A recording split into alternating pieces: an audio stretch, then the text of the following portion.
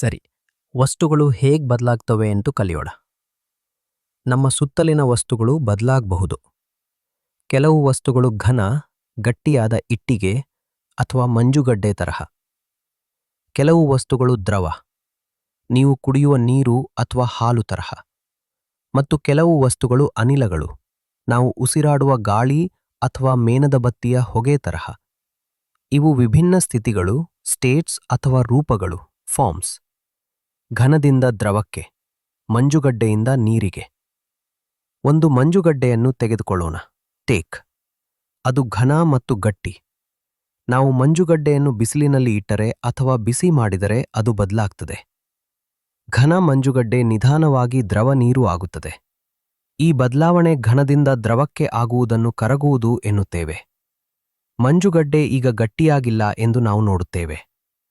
ದ್ರವದಿಂದ ಘನಕ್ಕೆ, ನೀರಿನಿಂದ ಮಂಜುಗಡ್ಡೆಗೆ. ಈಗ ಆ ದ್ರವ ನೀರನ್ನು ತೆಗೆದುಕೊಳ್ಳಿ. ನಾವು ನೀರನ್ನು ಬಿಸಿ ಇಲ್ಲದಿದ್ದಾಗ ಹೊರಗೆ ಇಟ್ಟರೆ ತಣ್ಣಗೆ ಮಾಡುವ ಪೆಟ್ಟಿಗೆಯ ಹಾಗೆ ನೀರು ಮತ್ತೆ ಬದಲಾಗ್ತದೆ. ದ್ರವ ನೀರು ನಿಧಾನವಾಗಿ ಘನ ಮಂಜುಗಡ್ಡೆ ಆಗುತ್ತದೆ. ಈ ಬದಲಾವಣೆ ದ್ರವದಿಂದ ಘನಕ್ಕೆ ಆಗುವುದನ್ನು ಹೆಪ್ಪುಗಟ್ಟುವುದು ಎನ್ನುತ್ತೇವೆ. ಈಗ ನೀರು ಗಟ್ಟಿಯಾಗಿದೆ. ದ್ರವದಿಂದ ಅನಿಲಕ್ಕೆ, ನೀರಿನಿಂದ ಹಬೆಗೆ. ಒಂದು ಪಾತ್ರೆಯಲ್ಲಿ ನೀರನ್ನು ತೆಗೆದುಕೊಳ್ಳೋಣ. ನಾವು ನೀರನ್ನು ತುಂಬಾ ಬಿಸಿ ಮಾಡಿದರೆ ಹೊಗೆಯ ತರಹ ಏನೋ ಮೇಲಕ್ಕೆ ಹೋಗುವುದನ್ನು ನಾವು ನೋಡುತ್ತೇವೆ. ಅದು ಹಬೆ. ಹಬೆ ಒಂದು ಅನಿಲ. ದ್ರವ ನೀರು ಹಬೆಯಾಗಿ ಬದಲಾಗಿದೆ. ಈ ಬದಲಾವಣೆ ದ್ರವದಿಂದ ಹಬೆಗೆ ಆಗುವುದನ್ನು ಆವಿಯಾಗುವಿಕೆ ಎನ್ನುತ್ತೇವೆ. ನೀರು ಗಾಳಿಯಲ್ಲಿ ಸೇರುತ್ತದೆ. ಅನಿಲದಿಂದ ದ್ರವಕ್ಕೆ, ಹಬೆಯಿಂದ ನೀರಿಗೆ. ಕೆಲವೊಮ್ಮೆ ಗಾಳಿಯಲ್ಲಿನ ಆ ಹಬೆ ಮತ್ತೆ ಬದಲಾಗಬಹುದು.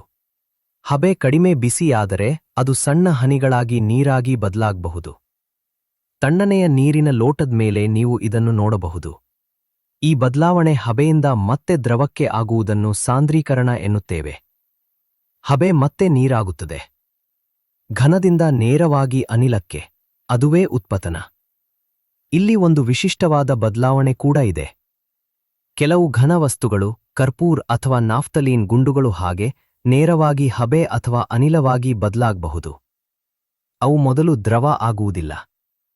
ಈ ವಿಶೇಷ ಬದಲಾವಣೆಯನ್ನು ಉತ್ಪತನ ಎಂದು ಕರೆಯುತ್ತಾರೆ. ಕರ್ಪೂರವು ಚಿಕ್ಕದಾಗುತ್ತಾ ಹೋಗುವುದನ್ನು ನೀವು ಗಮನಿಸಬಹುದು, ಆದರೆ ನೀವು ಯಾವುದೇ ದ್ರವವನ್ನು ನೋಡುವುದಿಲ್ಲ. ಅದೇ ಉತ್ಪತನ. ವಸ್ತುಗಳು ತಮ್ಮ ಆಕಾರಗಳನ್ನು ಮತ್ತು ರೂಪಗಳನ್ನು ಹೇಗೆ ಬದಲಾಯಿಸಬಹುದು ಎಂದು ನೋಡುವುದು ಖುಷಿ ಕೊಡುತ್ತದೆ.